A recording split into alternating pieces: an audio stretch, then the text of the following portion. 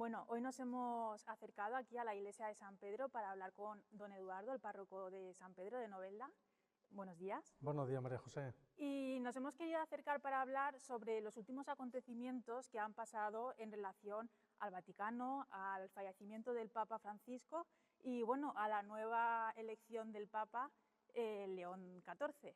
¿Cómo se ha vivido aquí en Novelda? Pues aquí en Novelda se ha vivido, yo creo que como en toda la iglesia, ¿no? Momentos duros, porque por ejemplo el anuncio del fallecimiento del Papa Francisco nos pilló a todos de sorpresa, ya que el día anterior, domingo de Pascua, hizo la bendición Urbi et Orbis, y que es verdad que se le veía después de la enfermedad, ¿no? Después de ese proceso, estar en el hospital, se le veía bastante flojo, pero vamos, no nos imaginábamos que al día siguiente, por lo que nos pilló a nosotros desayunando, terminamos la misa, fue a desayunar y de repente empezamos a enterarnos, ¿no? Por las noticias. Entonces fue un momento un poquito de confusión, de tristeza, pues realmente al Papa Francisco, como a todos sus predecesores, ¿no? Pues se le acaba cogiendo pues muchísimo cariño. Y a partir de ahí pues una vorágine en todos los sentidos. ¿Cuántos años ha estado el Papa Francisco como Papa? Pues si no recuerdo mal, 12 años. 12 años. 12 años estuvo. La Iglesia Católica Española, la verdad que estaba muy contenta con él a la hora de que se dirigía muchas veces en español a todos los feligreses. Sí, el Papa Francisco yo creo que ha marcado una época. Es verdad que él tiene una personalidad muy fuerte, porque si nos paramos a pensar, ¿no? Muchas veces desde el mundo exterior se le quiere dar una imagen como ideologías, de divisiones, pero realmente en el fondo no es así, ¿no? Sí que es verdad que la impronta en la personalidad de cada uno la marca muy fuerte, la marca mucho, pero al final lo que es la fidelidad, ¿no? Y la continuidad entre todos los papas pues se ha notado mucho. Es verdad que el Papa Francisco pues tenía muchos gestos proféticos, como yo siempre he dicho, le gustaba caminar un poco el alambre porque claro, él quería manifestar el núcleo de la Iglesia, porque muchas veces por miedo a decir una verdad que después se quiere matizar, pues muchas veces no se dicen esas verdades. Y es verdad que ha habido muchas polémicas, pero ha sido un papa que yo creo que se le hará justicia conforme más años pasen a partir de ahora, ¿no? El Papa Francisco. Además, en una época en la que parece que la gente joven parece que no está tanto con la Iglesia, el Papa Francisco ha hecho unión y ha hecho ese lío que decía él, que hagan lío toda esa juventud y bueno, no había más que ver la plaza del Vaticano cada vez que estaba llena de jóvenes. Sí, la verdad es que el Papa Francisco tuvo una conexión muy buena con los jóvenes. El Papa Benedicto, que yo puedo decir que es mi Papa, porque fue el que me ayudó en los momentos trascendentales de mi vida, como después si queréis comento, pero realmente, bueno, San Juan Pablo II, qué decir de él, ¿no? El Papa Francisco tiene un lenguaje muy cercano, sobre todo marca mucho la espontaneidad. Yo que he estado en la última JMJ, por poner un ejemplo, en la de Lisboa, pues se le veía, ¿no? Cómo nos hacía caminar hacia todos sintiéndonos uno, ¿no? Y con gran alegría de tenerlo como vicario de Cristo en la tierra, en este caso, como pastor de toda la Iglesia Universal. Después de estos años como Papa del Papa Francisco, ¿con qué te quedas tú de todo lo que él ha hecho? Esa pregunta es complicada, ¿no? La pregunta es complicada. Sobre todo el aire fresco. El aire fresco en la Iglesia, porque es verdad que la Iglesia se tiene que mantener fiel a lo que es la tradición, a nuestros cimientos, que eso no se va a cambiar, pero es verdad que las formas ha traído un aire fresco, ¿no? Ahora mismo acabas de decir, por ejemplo, el hagan lío. Yo recuerdo de la última JMJ, en la Iglesia caben todos, ¿no? Cuando nos dice también, es que usaba imágenes muy gráficas, ¿no? Cuando decía que el único momento en el que tenemos derecho de mirar a alguien de arriba abajo es para ayudar a levantarlo, ¿no? Y son cosas que tocan el corazón y que han ayudado muchísimo. De hecho, la última encíclica que publicó es sobre el Sagrado Corazón de Jesús, sobre el corazón divino y humano de Jesús. Cómo esa espiritualidad, la humildad, todo se nota muchísimo también que era jesuita, también los grandes santos que lo han marcado. Sobre todo la Iglesia ha ayudado muchísimo a continuar sobre todo ese trabajo que comenzó Benedicto XVI. Nadie sabe exactamente los motivos de su dimisión, pero todos coincidimos en que él lo dejó todo arreglado, descubrió muchísimas cosas y dijo con humildad, que eso es un ejemplo enorme, que eso no todo el mundo lo hace, decir, mira, yo ahora mismo no tengo fuerzas para llevar a cabo con todo esto las reformas que hacen falta en la Iglesia.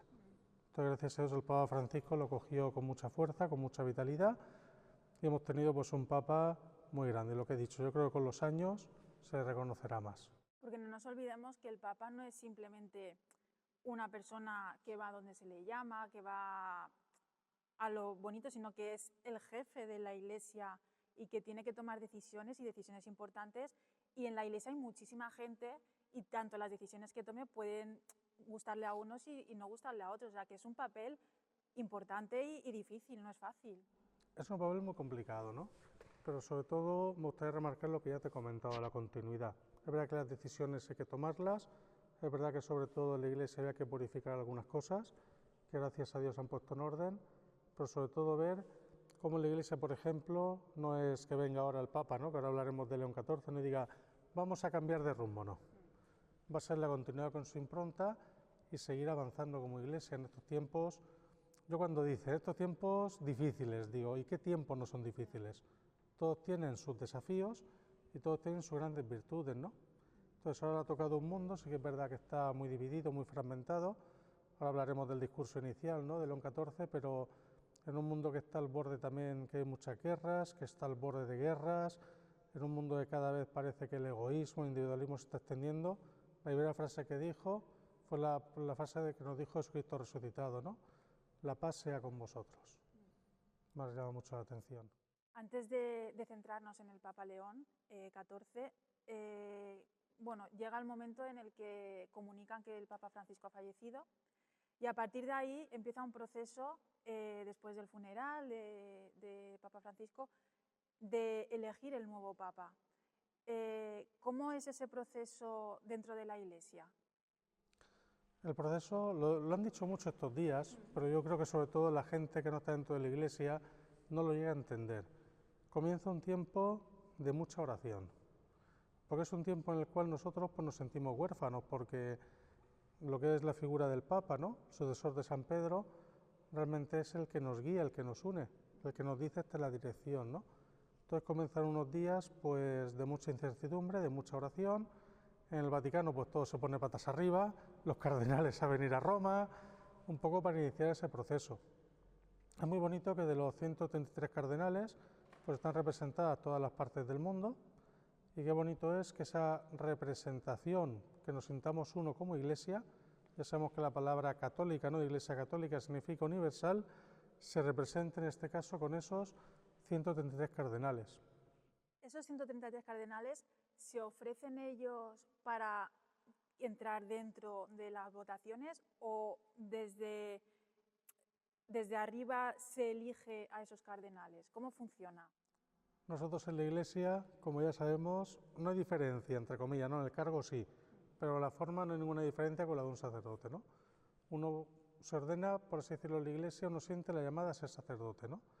Y después es la Iglesia la que se fija en ciertas personas, ¿no? Por su carácter, por su forma de ser, por su trayectoria, pero en definitiva, movida por el Espíritu Santo, y es a los que les proponen, por ejemplo, ser obispos, después también ser arzobispos y después ser cardenales, ¿no? No hay ninguna, el tema de decir yo quiero ser cardenal, no. De hecho, si hay alguien que quiera ser cardenal, ese no debería ser cardenal. No debería serlo, ¿no? Porque es un servicio. Claro.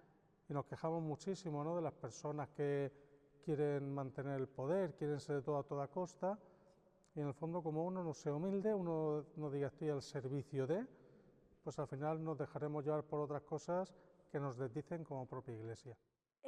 Bueno, en estos días han salido muchas entrevistas y se hizo una entrevista a un cardenal español que decía eso, que parecía un poco raro cuando lo decía porque decía, no, yo no quiero ser papa, yo no quiero que me toque, pero en el sentido de que él no aspira a ese poder, que si le toca, lo hará, pero que no era un poder que era su objetivo, que es lo que estamos hablando. Sí, es que además en este tiempo, quien le guste un cargo de responsabilidad, realmente el Papa León XIV ha dicho a los cardenales, ¿no? La homilía que hizo ayer, su primera homilía, ya que me habéis puesto esta cruz encima, ¿no? Quiero caminar con todos, caminemos juntos. Realmente es una responsabilidad tan grande que uno cuando comienza a ser Papa deja casi de vivir como persona, ¿no? Si a un sacerdote ya tenemos que estar al servicio las 24 horas, en este caso, en mi caso, ¿no? Aquí en Novelda, también los sitios donde me pide el obispo que desarrolle alguna responsabilidad, imagínate una responsabilidad tan grande. Realmente quien aspire a eso, lo es un poco complicado, ¿no? Y luego esa palabra que tanto hemos escuchado, el cónclave. ¿Qué es el cónclave? Pues el cónclave, la verdad es que si tuviéramos un día, ahora hemos salido muchos vídeos, ¿no?, en el que se explica la historia, ¿no?, de las elecciones de los papas. La palabra cónclave, bueno, lo que es el cónclave en sí, la palabra significa cerrado con llave, con clave. ¿Y por qué los cardenales se cierran con llave? Es curioso, porque hubo unas votaciones de papa, ¿no?, igual que ahora, que han estado eligiendo al papa, pero duró 3 años, porque no había ninguna manera de que salieran y que se pusieran de acuerdo. Entonces, ¿qué hicieron? Encerraron a los cardenales con llave, le empezaron a reducir la comida y nada, milagrosamente al poco tiempo salió el papa, ¿no? Entonces, la Iglesia es bonito como también, igual que en estas novelas también se ve mucho, ¿no?, como la Iglesia guarda las tradiciones. Y algo realmente simbólico, que en definitiva es que no haya prensa, que los cardenales estén, en este caso en la Capilla Sixtina, ¿vale?, cerrados con llave, significa que no van a ser influenciados por nada de fuera. Ahora hemos visto los famosos papables que decía la prensa y al final la sorpresa, ¿no?, del cardenal Prevost. ¿Y son 133 por algo? ¿Son 133 cardenales los que entran? Sí, ¿Por algún motivo el número no es simbólico, el número es que en este momento había 133 Vale. electores, porque además los cardenales mayores de 28 años, de 80 años, pueden entrar al cónclave, pero no tienen derecho a voto, que hay muchos más. Es porque en este momento, de hecho, 133 son más de los que en definitiva pone el documento, ¿no?, en el que se explica un poquito lo del cónclave. Entonces han entrado todos los de todo el mundo, los que han podido venir, menos los que no han entrado por problemas de salud. El Papa León XIV es el 267 pontífice que tiene la Iglesia Católica. Y bueno, y la tradición, no sé desde cuándo, si es desde la primera vez o no, la fumata blanca. ¿Qué significado tiene la fumata blanca? La fumata blanca es el signo de que se ha elegido papa. Es verdad que ahora, como la vimos el jueves pasado, es una fumata que se veía claramente que es blanca, ¿no? Esto todo tiene su historia y su porqué. Es bonito que se guarden estos detalles, ¿no?, porque después de cada votación se queman las papeletas. Entonces, como se queman las papeletas, por la chimenea sale humo negro. Pero si junto con las papeletas le echas paja mojada, el humo es blanquecino.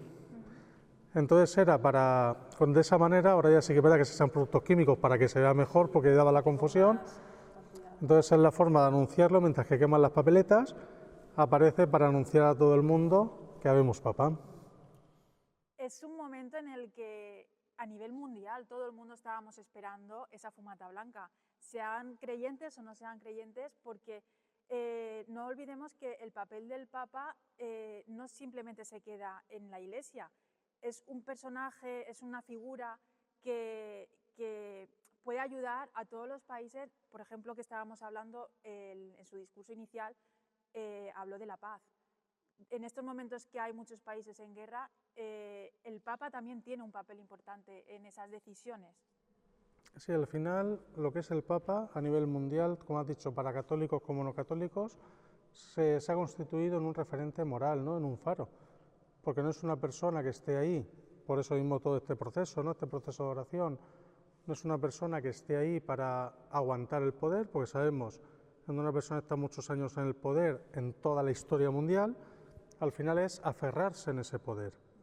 Realmente es ese servicio e intenta ser ese referente que no busca un bien propio, ni para él, ni para su país en concreto, sino que intenta transmitir, ¿no?, las verdades, en este caso, que brotan del Evangelio, que vienen de Jesucristo.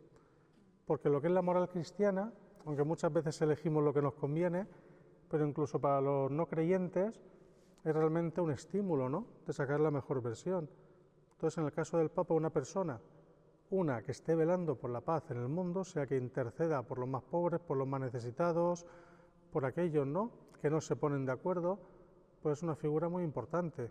Es más la autoridad moral que, por así decirlo, una autoridad política, porque el Estado Vaticano, aunque es un Estado, pero ya vemos lo que es, ¿no?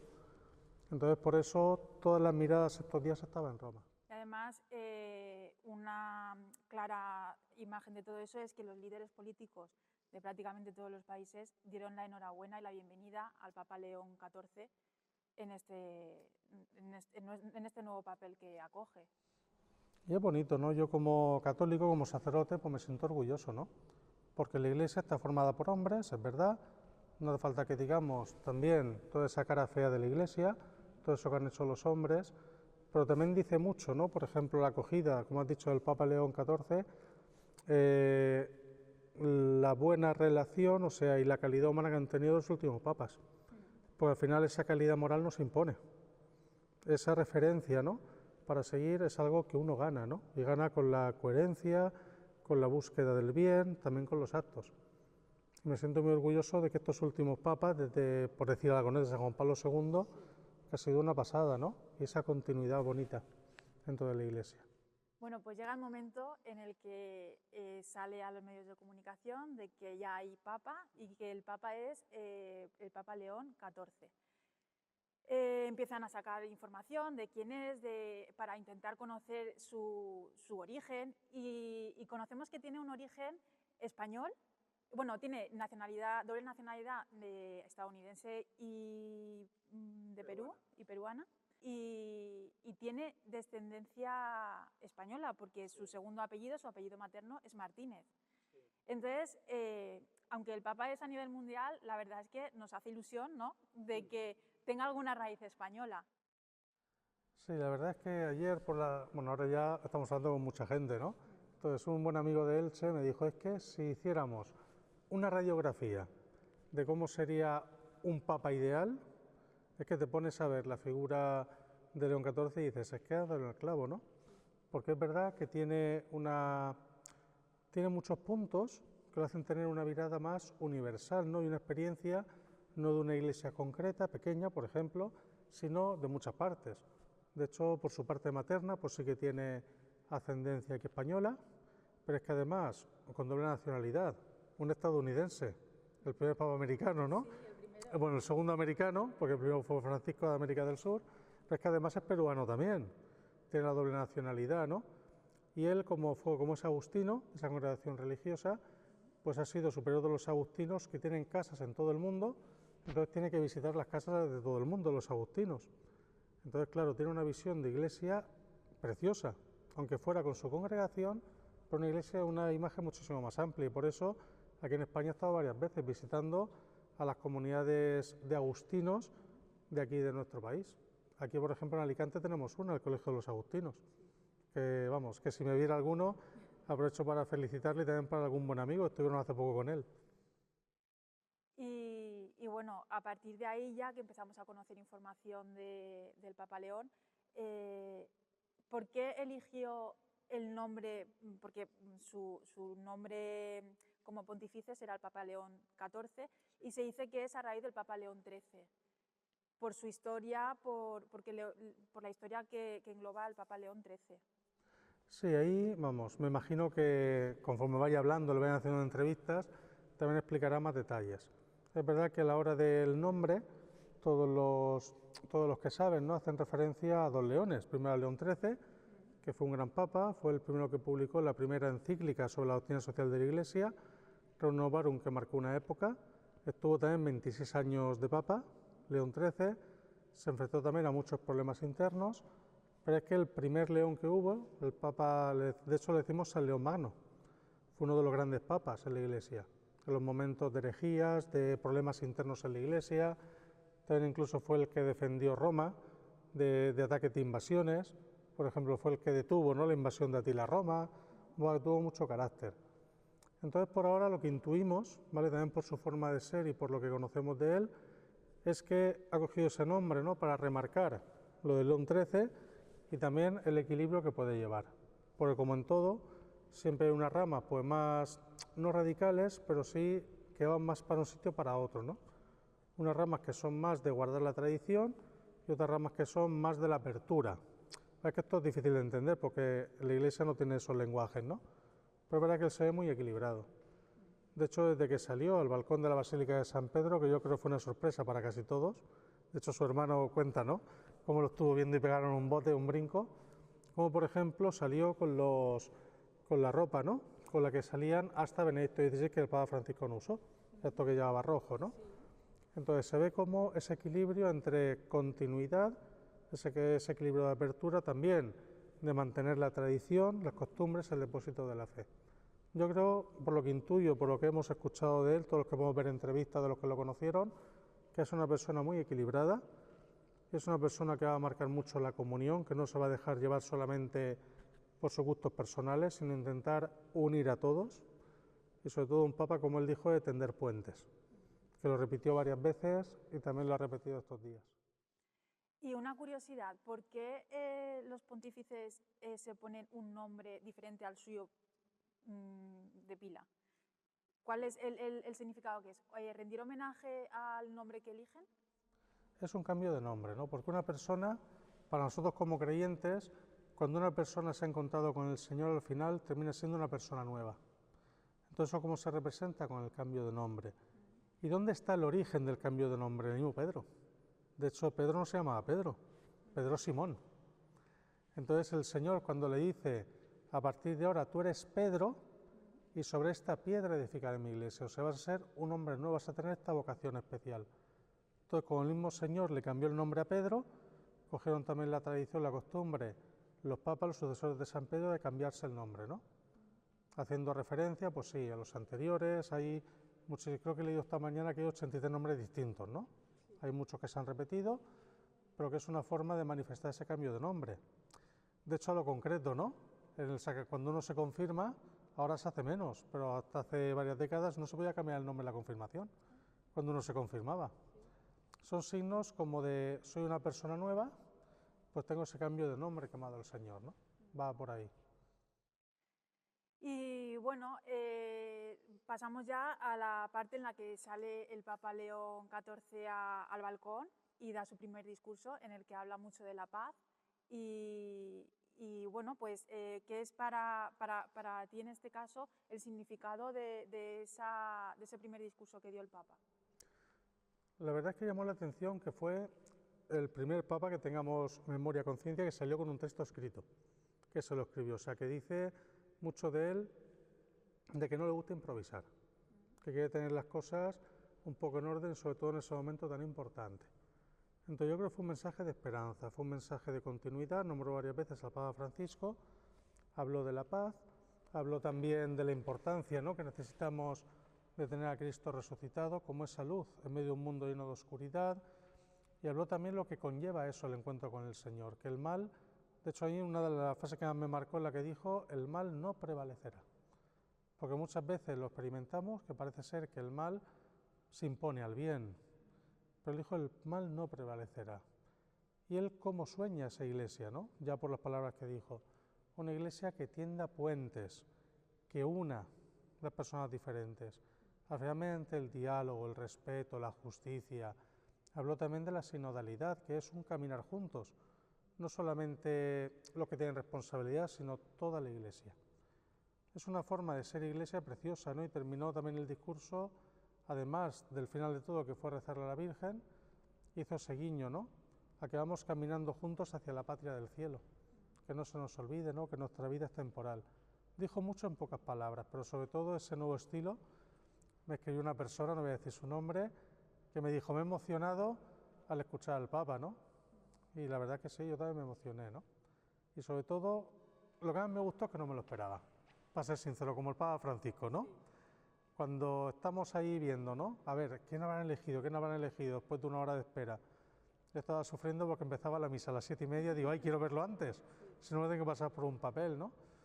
Y qué bonito es decir, mira, pues al final, el que el Espíritu Santo ha decidido. De hecho, ahora los cardenales no pueden decir nada, pero alguna cosa se les puede intuir, ¿no? He escuchado esta mañana a uno de los cardenales que entraron, de que por lo que se le intuye de las palabras, que sí, que lo tenían en cuenta, pero que fue poco a poco, en las 4 votaciones, imponiéndose, ¿no?, en la elección del Papa. Sí, porque al final no se eligió en la primera elección, fue a la cuarta, ¿no? A la tercera. A la cuarta y fue pronto. A la cuarta.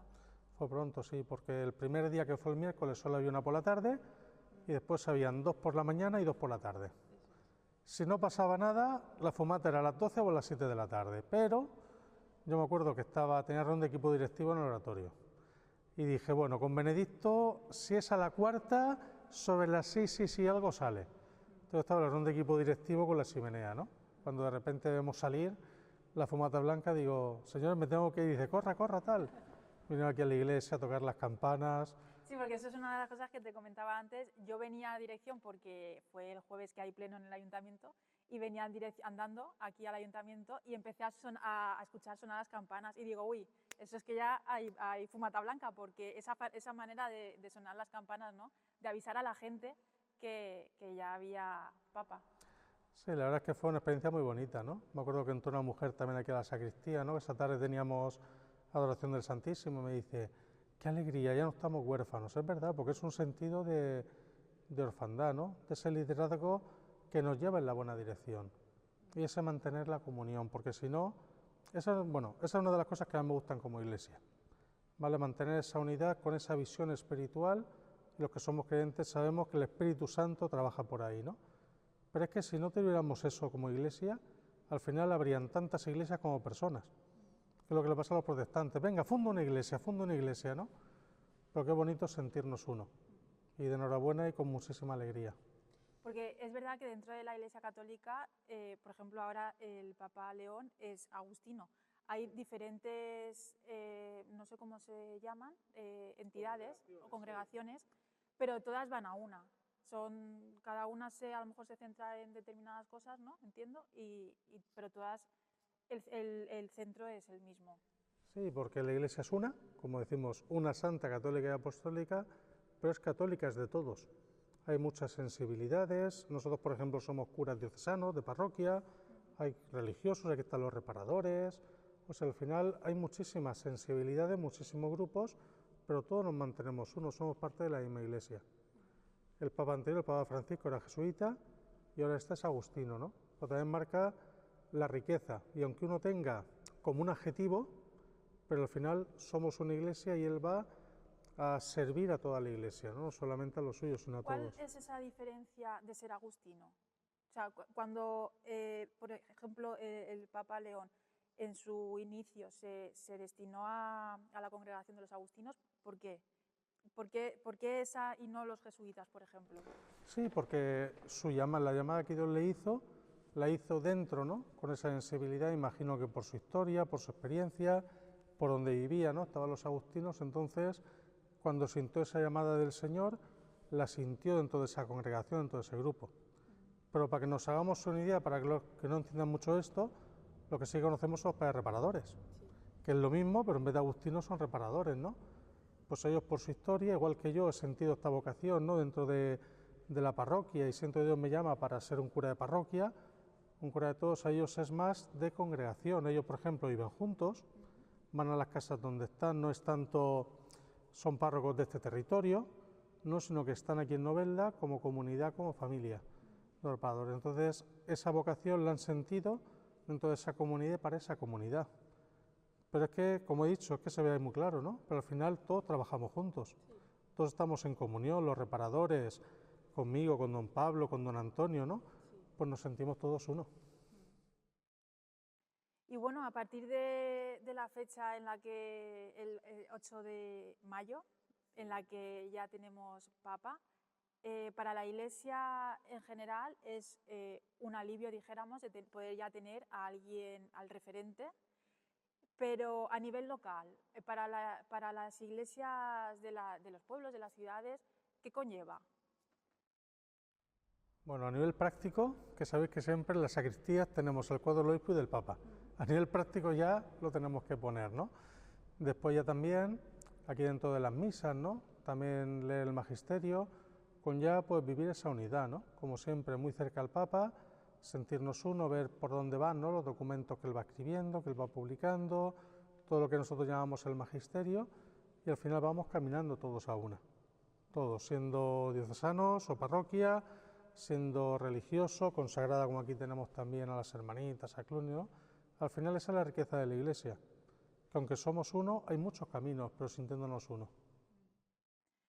Y luego ya para terminar, con estos poquitos días que hemos tenido para tener información sobre él, podemos decir que es un papa que va a traer cosas nuevas, que va a hacer lío, dijéramos, como el Papa Francisco dijo, pero también manteniendo una tradición. Sí, no sé por qué me da la sensación de lo que he escuchado de él, no va a ser a lo mejor tan provocativo, ¿no?, como el Papa Francisco, tengo esa intuición. De hecho fue preciosa, ¿no?, la homilía que citó el viernes, su primera misa, la primera homilía, en la cual hablaba en el fondo, ¿no?, de desafíos que tiene la Iglesia, sobre todo esa concepción de Jesús. Creo que va a ser un Papa que nos va a guiar desde una sencillez, prudencia, a él lo llaman mucho, dicen que escucha mucho, por ejemplo. Creo que va a ser alguien que nos va a guiar muy bien y va a saber responder muy bien a los desafíos. Sobre todo, va a ayudar mucho a unificar y a ser uno como Iglesia, porque en todo lo que cabe no están nunca las dificultades, ¿no?, de los que quieren ir más para un lado, para otro, ver cómo mantener ese equilibrio. Creo que va a ayudar mucho. También por los más necesitados, acordándose y siendo una Iglesia sobre todo misionera. Sí. Bueno, él ha sido misionero durante 20 años en Perú. Él ha sido misionero, y pues Chiclayo, o sea, que lo siempre saludó. se dice que quien empieza desde abajo y conoce los problemas de abajo, cuando está arriba sabe cómo actuar, y él lo ha estado. Y es un hombre muy cercano. De hecho, las fotos que han pasado estos días, con las inundaciones de Chiclayo, que sí, sirviendo en un comedor, todos los que lo conocen dicen que es una persona muy cercana, muy humilde, muy cercana, muy prudente, además preparadísimo, es políglota, lo único que no sabe hablar es el alemán, pero lo sabe leer, o sea, al final, como he dicho... poder comunicarse con todo el mundo, que nos gusta, ¿no?, que cuando se dirigen a nosotros, que lo hagan en nuestra propia lengua, porque es como una señal de respeto, ¿no?, de cercanía. Sí, es algo que ayuda muchísimo, ¿no? No es una condición, pero vamos, aquí se dan todas las condiciones, es una bendición de Dios. Como has dicho, él ha sido misionero, de hecho él es de Chicago, pero quiso ponerse al servicio, ir a las misiones y ayudar a los que más lo necesitaban. En las primeras palabras que dijo, en el balcón de la Basílica de San Pedro, habló de que tenemos que ser discípulos de Cristo y una iglesia misionera en salida. Que eso también tiene las implicaciones aquí. Los que vienen aquí a misa, yo creo que piensan ya que soy un pesado cuando todos los días pido las peticiones por la conversión misionera de nuestra comunidad. Porque tenemos que cambiar el rol, ¿no? Tenemos que avanzar en esa dirección. Nos va a ayudar mucho a no permanecer encerrados como iglesia, sino que sin perder la identidad, que es muy importante, salir a anunciar el amor de Dios a todos. Porque yo como sacerdote, lo digo aquí en Novelda, cada vez veo a más jóvenes, a más adultos, perdidos, sin sentido, o sea, al final una vida que merece poco la pena y que están sufriendo. Y llevar este mensaje de luz, como también nos dijo, esta esperanza, esta paz, es algo que nos puede ayudar muchísimo en la Iglesia. Bueno, y antes de terminar, al principio de la entrevista has dicho que el Papa Benedicto a ti te ayudó mucho. ¿Qué habías dicho? Luego comentaremos porque, pues bueno, el momento de comentar, por qué a ti la figura del Papa Benedicto fue importante. Para mí al final los papas marcan porque te han pillado en los momentos importantes de tu vida, ¿no? Y el Papa Benedicto pasó una cosa parecida ahora. San Juan Pablo II murió en abril, fue elegido y en agosto teníamos la Jornada Mundial de la Juventud de Alemania, de Colonia. Ahí estaba 2 años de ser cura, momentos en los cuales uno se está tomando muy en serio y discerniendo a ver cuál es el paso, ¿no? Y me acuerdo que lo que él dijo ahí, tuvimos un encuentro con los seminaristas, que allí en Alemania ponía Seminariston Treffen, me acuerdo perfectamente, cómo me tocó mucho el corazón lo que él decía, lo que él hacía. Él es una persona que engañaba mucho porque aquí en España se le daba una imagen de pastor alemán, de duro, de férreo. Sí, serio. Y después yo estuve en Roma y allí lo adoraban. Es verdad que es un hombre más intelectual, eso no le engañó a nadie, pero es una persona que de tan sabia, una de las grandes mentes de este siglo, del siglo pasado, como transmitía con una sencillez, una profundidad que tocaba el corazón. Entonces a mí me ayudó muchísimo en ese momento, ¿no? Y yo me ordené siendo sacerdote, siendo Papa Benedicto. Por eso digo que mi Papa me tocó, sobre todo esa JMJ, me marcó mucho. Yo espero que los jóvenes, bueno, aprovecho para decir que en agosto nos vamos 20 jóvenes de aquí de la parroquia, nos vamos a Roma, al jubileo de los jóvenes. Y un joven me preguntaba, ¿se ha muerto el Papa, se va a cancelar el jubileo? Digo, no, tendremos al nuevo. Y también tenemos ilusión, ¿no?, de ver ese encuentro, nos juntaremos ahí, yo qué sé, 2 millones, 3 millones de jóvenes en Roma, va a ser una cosa espectacular. Bueno, pues hace una entrevista para conocer un poco la situación y la transición entre el Papa Francisco y el Papa León XIV. Estamos viviendo últimamente momentos históricos y este es un momento histórico importante. Y bueno, aquí estaremos. Y además lo tenemos para rato, ¿eh? Sí, porque que no lo hemos dicho, tiene 69 años. Sí, sí. El Papa Francisco tenía 76 y ya fueron creo que 12 años. Después lo miraré, si no que me perdonen. Lo he dicho así de cabeza, ¿no? Y además es deportista, ¿eh? Sí, sí. Le gusta jugar al tenis, al pádel, o sea que tenemos papas, si Dios quiere, para rato. Pues nada, aquí estaremos para hablar sobre él y sobre todo lo relacionado con la Iglesia y para cuando vosotros queráis. Muchísimas gracias, como siempre. Un placer y gracias por estar este ratito. Y un saludo a todos los que hayáis aguantado hasta el final. No sé lo que ha durado, pero es un rato largo. Esperemos estar muy a gusto. Es una conversación agradable. Muchas gracias, Eduardo. Muchas gracias a vosotros.